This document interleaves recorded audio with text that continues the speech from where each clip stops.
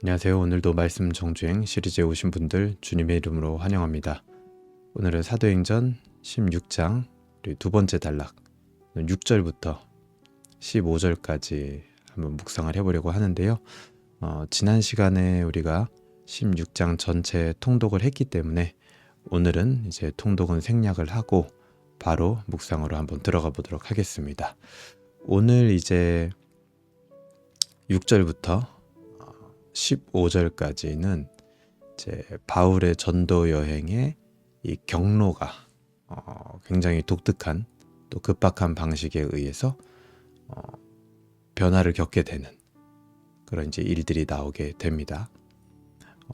그 일이 이제 6절부터 7절까지 나오게 되죠. 성령이 아시아에서 말씀을 전하지 못하게 하시거늘 그들이 부르기아와 갈라디아 땅으로 다녀가 무시아 앞에 이르러 비두니아로 가고자 애쓰되 예수의 영이 허락하지 아니하시는지라. 독특한 경험을 합니다. 바울 일행이. 어떤 경험이에요? 복음 전하러 가려고 했는데 성령이 아시아에서 말씀을 전하지 못하게 하고 또 비두니아로 가고자 애썼지만 예수의 영이 허락하지 않는 경험을 하게 되는 겁니다. 도대체 왜 이런 일이 일어날까 하고 그 뒤에 보니까 마게도냐로 이 바울의 일행을 인도하기 위한 성령의 역사였던 거죠. 때로 성령은요, 일이 안 되게 하기도 합니다. 왜요? 성령의 인도와 역사를 보여주기 위해서. 그래서 밤에 바울이 이제 환상을 보고 우리가 마게도냐로 가야 되는구나 하는 이야기들을 이제 자기 팀원들하고도 좀 나눴겠죠. 그러니까 10절에 뭐라 합니까? 우리가 곧 마게도냐로 떠나기를 힘쓰니 이는 하나님이 저 사람들에게 복음을 전하라고 우리를 부르신 줄로 어떻게 했다고요?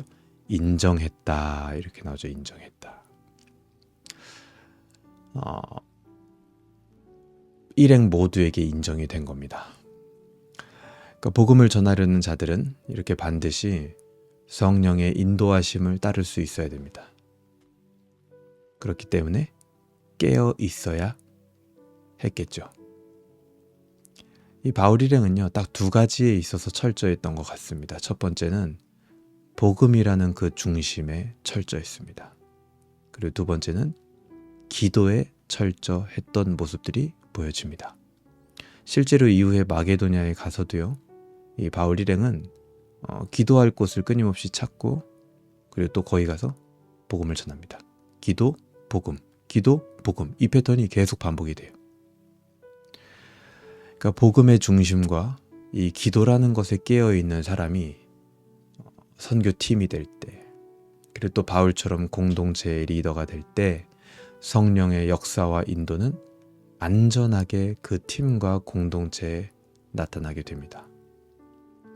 근데 하지만 만약에 리더가 복음과 기도에 깨어있지 않다면 어떻게 될까요? 잘못 인도된다?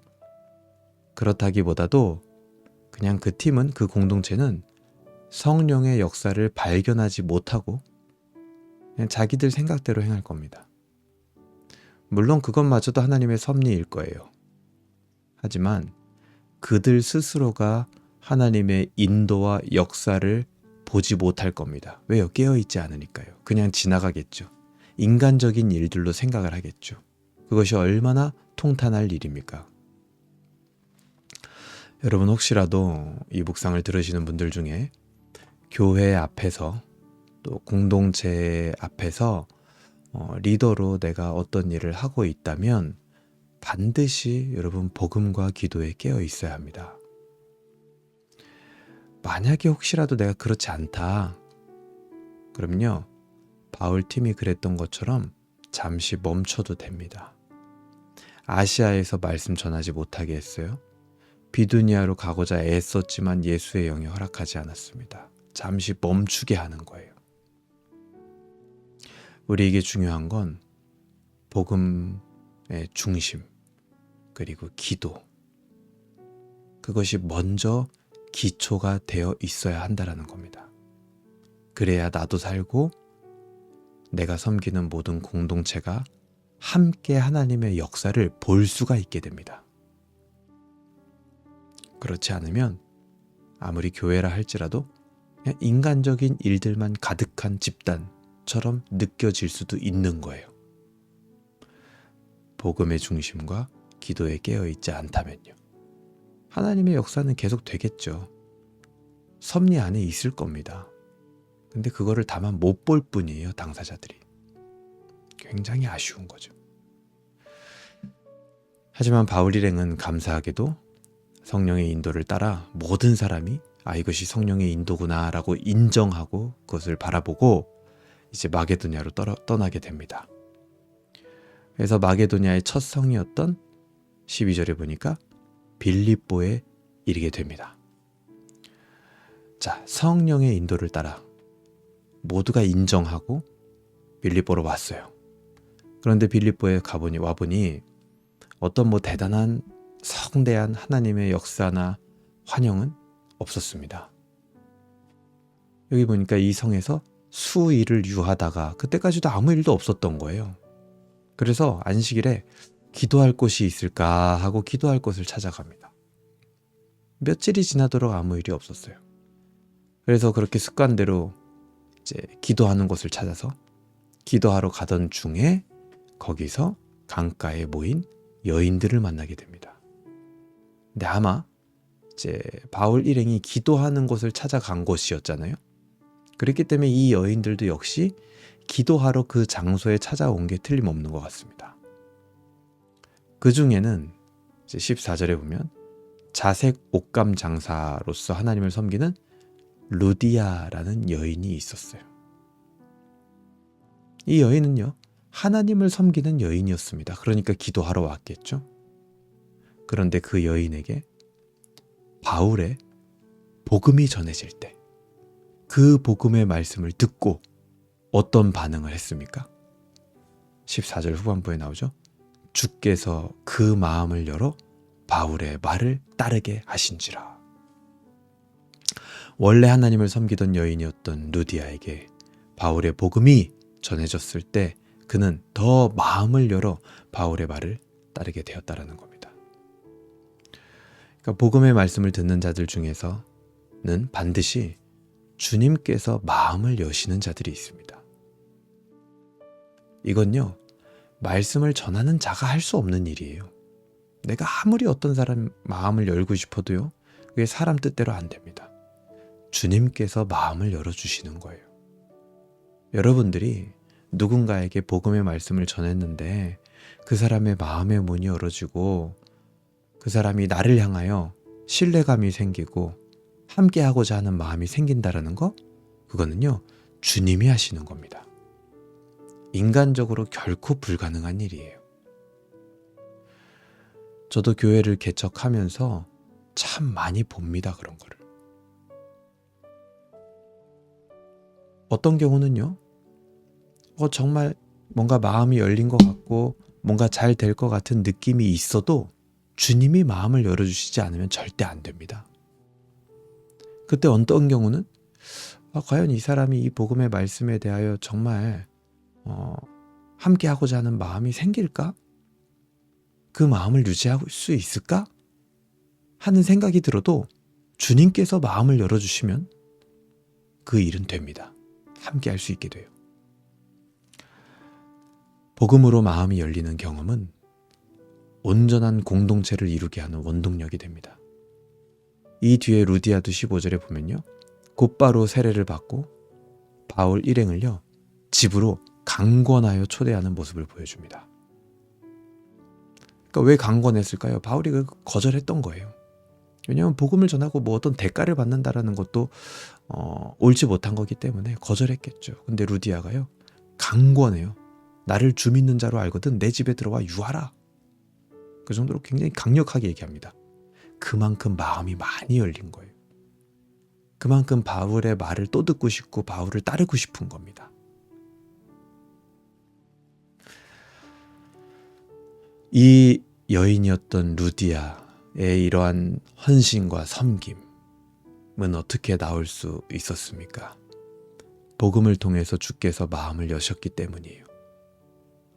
여러분 어떻습니까? 내가 속한 공동체는 복음으로 마음이 열려지는 그런 역사가 나타나고 있습니까?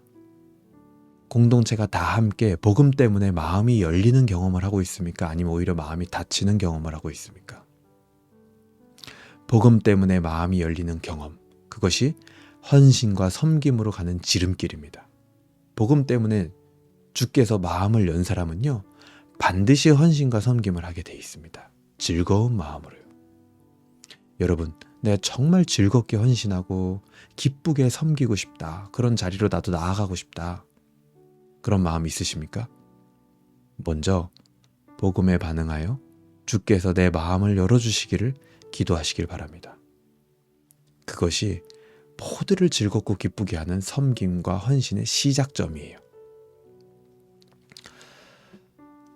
공동체 앞에서 내가 어떤 일을 하고 싶다면 복음과 기도에 깨어 있어야 한다는 원리를 처음에 말씀드렸죠.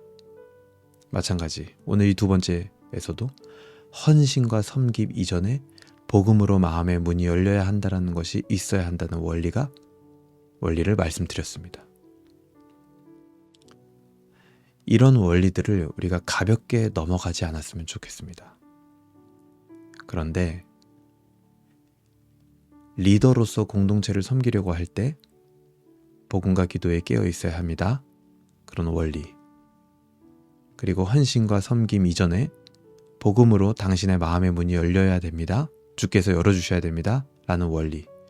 이런 원리들을 너무나 가볍게 넘어가고 그냥 그런 거 없이 회사처럼 일만 하는 일들이 오늘날 교회에서도 많이 일어납니다. 그러면 그 끝은 어떻게 되느냐? 항상 과부하, 그리고 뭔가 시험듦, 그리고 인정받고자 하는 어떤 사람에게 인정을 구하는 어떤 그런 열망, 다른 이와의 비교, 불평, 불만 이런 것들로 가득하게 됩니다. 리더가 공동체를 앞서서 섬기는 리더가 되지 말라는 소리가 아닙니다. 마음을 열고 공동체를 섬기는 헌신과 섬김에 소극적이 되라는 말이 아니에요. 리더가 된다는 거, 바울처럼, 그리고 루디아처럼 마음이 열려서 헌신과 섬김을 한다라는 거. 그것은요, 엄청난 기쁨이 동반되는 일입니다. 정말 즐겁고 그 무엇보다도 보람찬 일이에요. 그것이 우리 안에 막 기대가 돼야 됩니다. 나를 통해서 세워질 공동체. 나는 공동체의 어떤 부분을 세워갈 수 있을까? 하나님이 나를 어떤 퍼즐로서 이 공동체에 보낸 걸까? 그거를 생각하면서 사모해야 돼요. 그 때를 위하여 지금 복음과 기도에 깨어 있으라는 거예요. 그 즐거운 일을 위하여. 그 기쁜 일을 위하여 주께서 내 마음 열어주시기를 기도하라는 겁니다. 오늘 이 묵상을 하는 여러분들에게도 이와 같은 은혜가 있기를 주님의 이름으로 소망합니다. 자, 기도하겠습니다. 하나님 아버지 감사합니다. 오늘 사도행전 16장 말씀을 계속 묵상하면서 바울 일행이 어떻게 마게도냐로 성령의 인도하심을 받아갔는지, 그리고 또 그곳에서 만난 자주장사 루디아가 어떻게 헌신과 섬김을 하였는지 다시 한번 듣고 생각해 보게 됩니다. 우리도 바울과 같이 앞서서 공동체를 섬기는 그 기쁨 가운데 거하고자 할 때 가장 먼저는 복음 중심, 그리고 기도하는 사람 될 수 있도록 은혜를 베풀어 주시옵소서. 그래서 우리도 공동체를 섬기는 그 큰 기쁨을 맛보게 하여 주시옵소서. 또 더 나아가서 루디아가 바울의 복음을 들을 때 주께서 그 마음을 여셨고 바울의 말씀을 따르게 하셨고 또 바울 일행을 섬기고자 강권하였던 그 모습 속에서 마찬가지 우리도 루디아처럼 누군가를 섬기고 헌신하는 그 즐거움을 맛보기 원합니다. 그것을 위하여 오늘 지금 이 순간부터 주께서 이 복음의 말씀에 마음의 문을 열어주시는 것을 경험할 수 있도록 우리가 깨어 기도하게 하여 주시옵소서. 주님, 복음의 말씀을 들을 때 우리의 마음을 열어주시옵소서. 그래서 우리도 공동체의 리더가 되고 공동체를 향하여 섬김과 헌신을 즐거운 마음으로 할 수 있는 마음밭이 준비되게 하여 주시옵소서. 감사드리며 예수님의 이름으로 기도합니다. 아멘. 네, 오늘 같이 말씀 묵상할 수 있어서 감사했고요.